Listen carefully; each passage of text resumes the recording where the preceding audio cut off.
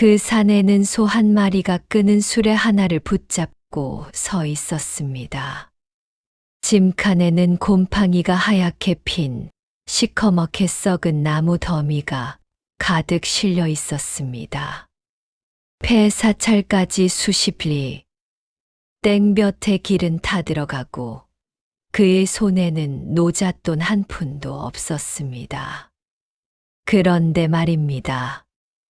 이 썩어 냄새나는 나무 더미가 한 가문의 빚을 통째로 갚고도 남을 물건이었다면 어떻겠습니까?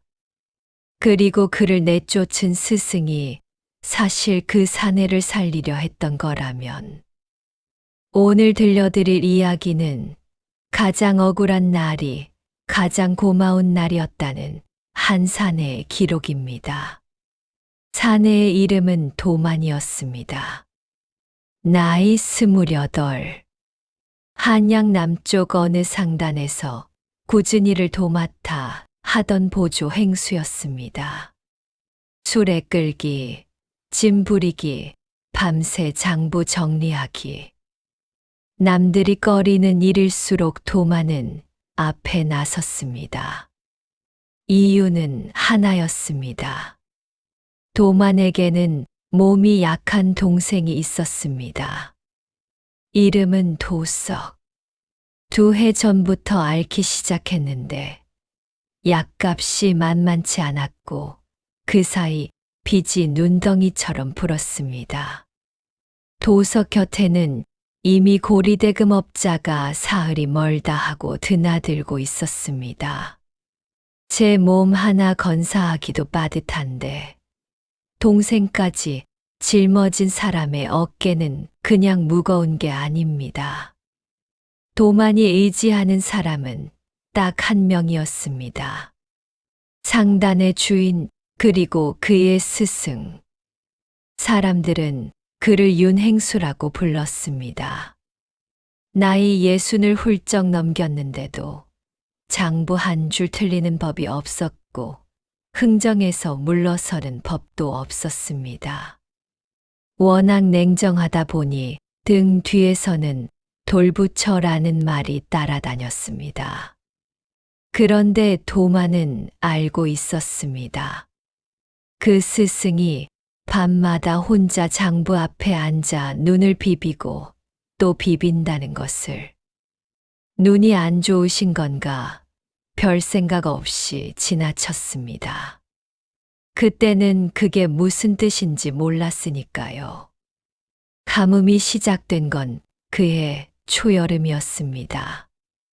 우물이 마르고 개울이 실처럼 가늘어졌습니다. 한낮에는 땅에서 열기가 올라와 발바닥을 지질 것 같았습니다. 그 와중에 도만의 동생 도석에게는 채권자가 연달아 몰려들었습니다. 도만은 더 버틸 수가 없었습니다. 행수님, 드릴 말씀이 있습니다. 윤행수는 장부에서 눈을 들지 않았습니다. 도만, 아우 녀석 빚이 급해졌습니다. 선급금을 조금만 앞당겨 주신다면 제가 10배로 갚겠습니다. 잠시 침묵. 윤행수가 붓을 내려놓고 도만을 봤습니다. 윤행수 선급금. 도만, 예. 아우가 채권자에게 쫓기고 있습니다. 제발. 윤행수. 안 된다.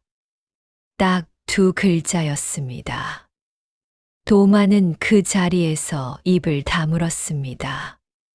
거절당했을 때 무서운 건 거절 그 자체가 아니라 그 다음에 아무 말도 못하게 되는 막막함입니다. 도만은 물러나왔습니다. 그리고 다음 날 다시 들어갔습니다. 도만 행수님, 다시 한 번만. 윤행수, 내가 그렇게 빠져나갈 구멍을 찾는 동안 상단 일은 누가 하느냐?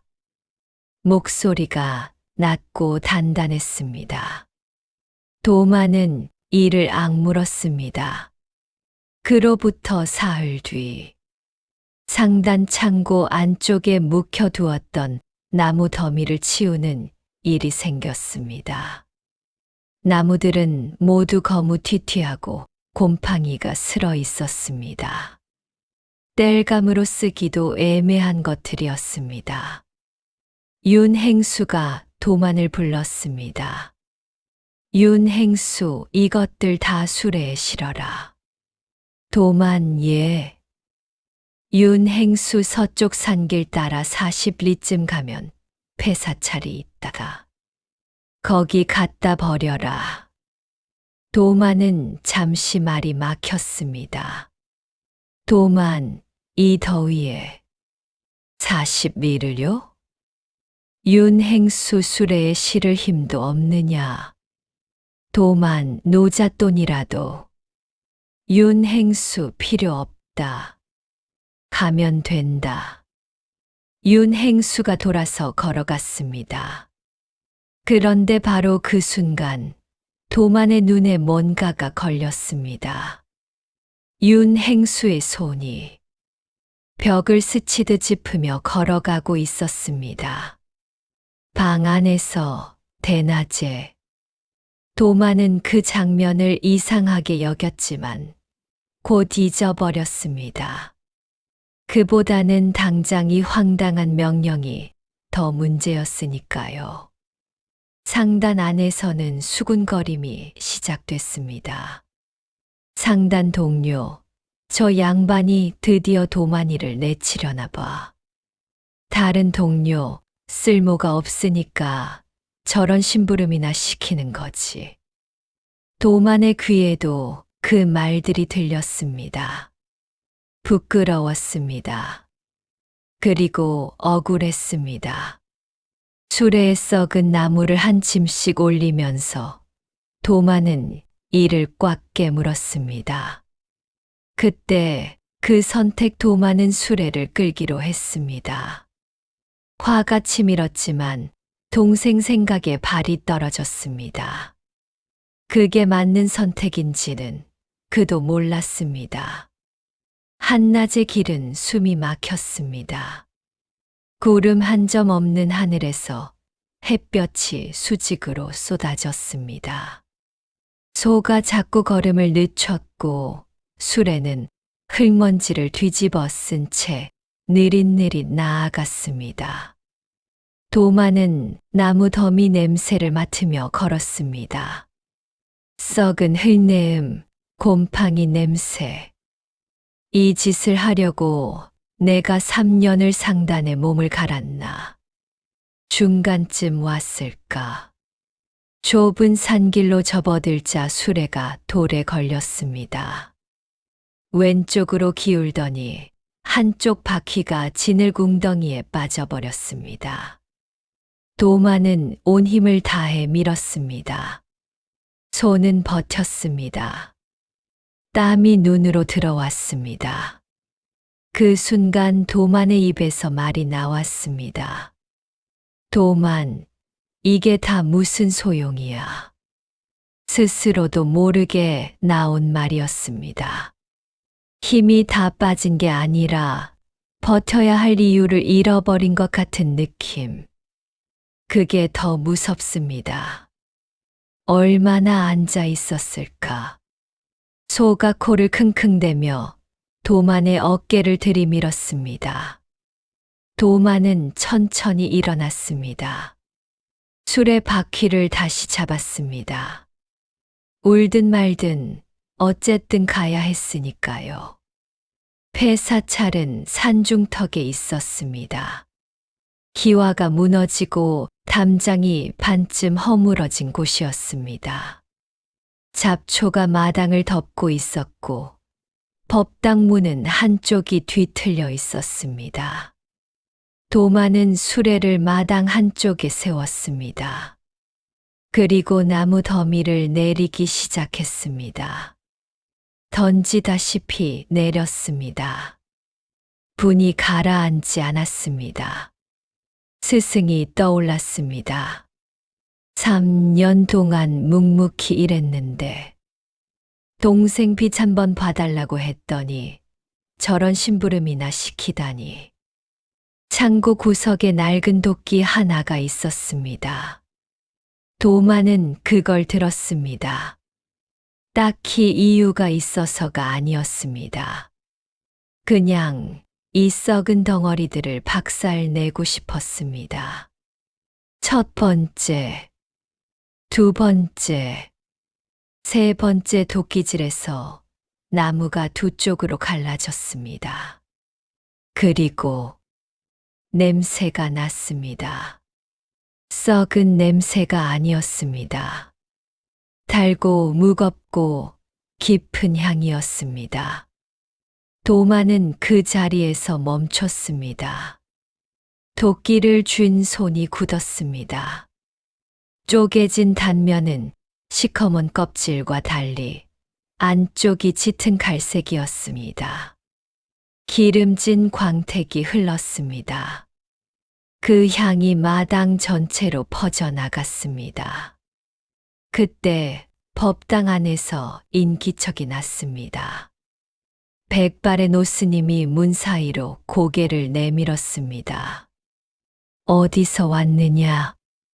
한양 남쪽 윤행수 상단에서 왔습니다. 나무 더미를 버리러. 노스님의 눈이 조금 달라졌습니다. 윤행수가 보냈구나 말하며 천천히 마당으로 내려왔습니다. 쪼개진 나무 앞에서 한참 섰습니다. 이게 무슨 나무인지 아느냐? 썩은 나무 아닙니까? 침향이다. 도마는 그 말을 들었는데도 처음엔 아무것도 몰랐습니다. 물속에서 오래 삭으며 향이 깃든 나무다. 부르는 게 값이다. 이 더미 전부를 제대로 아는 상단에 가져가면 웬만한 가문의 빚쯤은 거뜬히 갚고 남는다. 도마는 자신이 지금까지 끌고 온 것이 무엇인지를 그제야 이해하기 시작했습니다. 썩은 나무가 아니었습니다.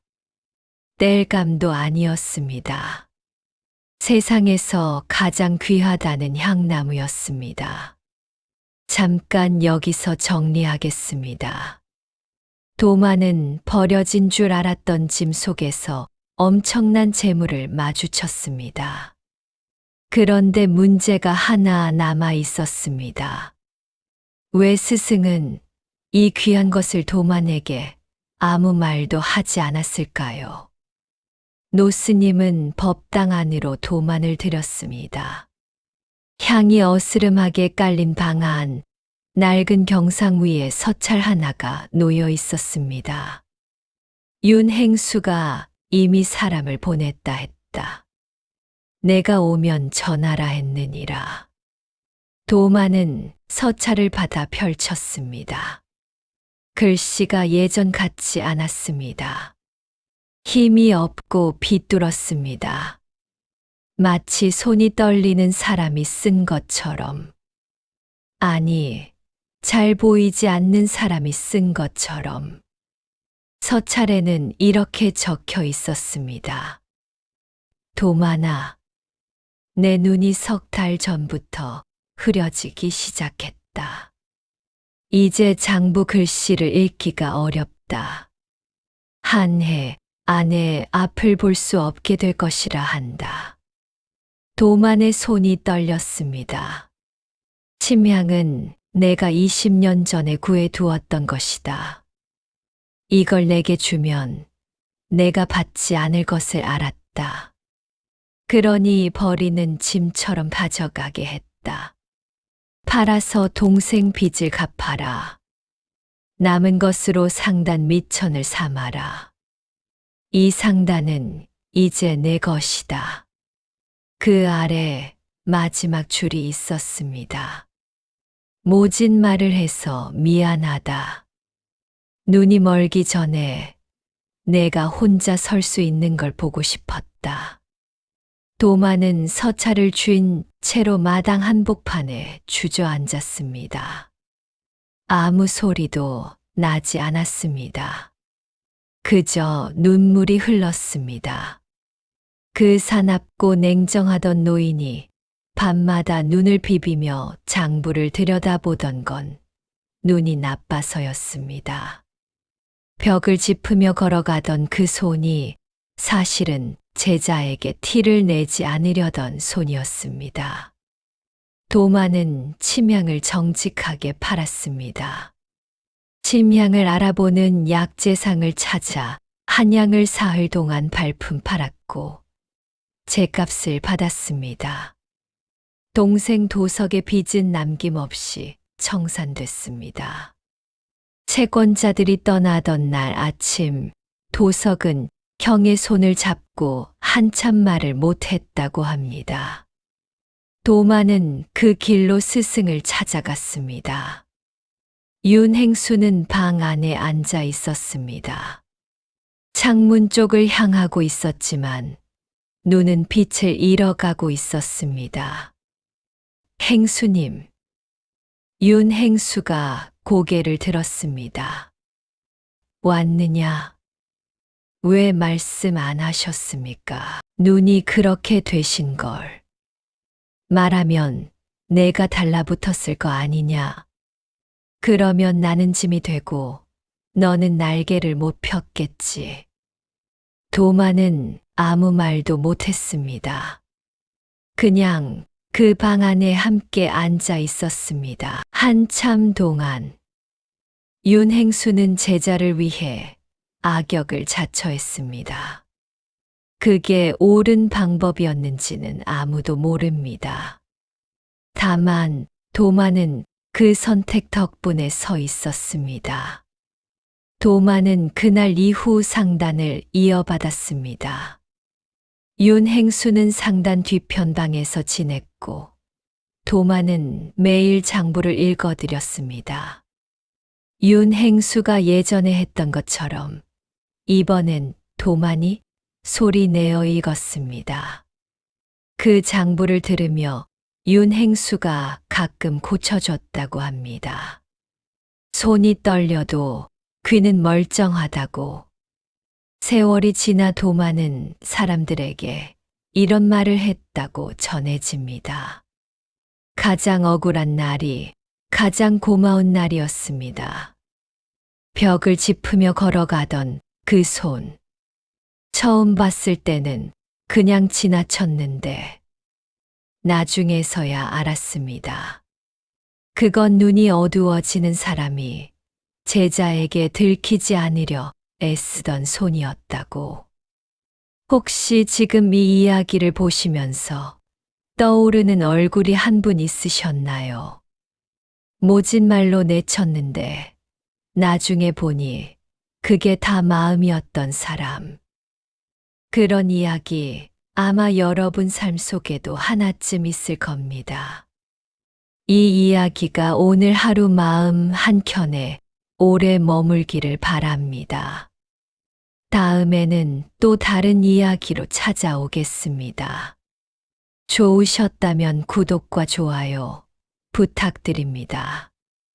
이 채널이 계속될 수 있는 힘이 됩니다.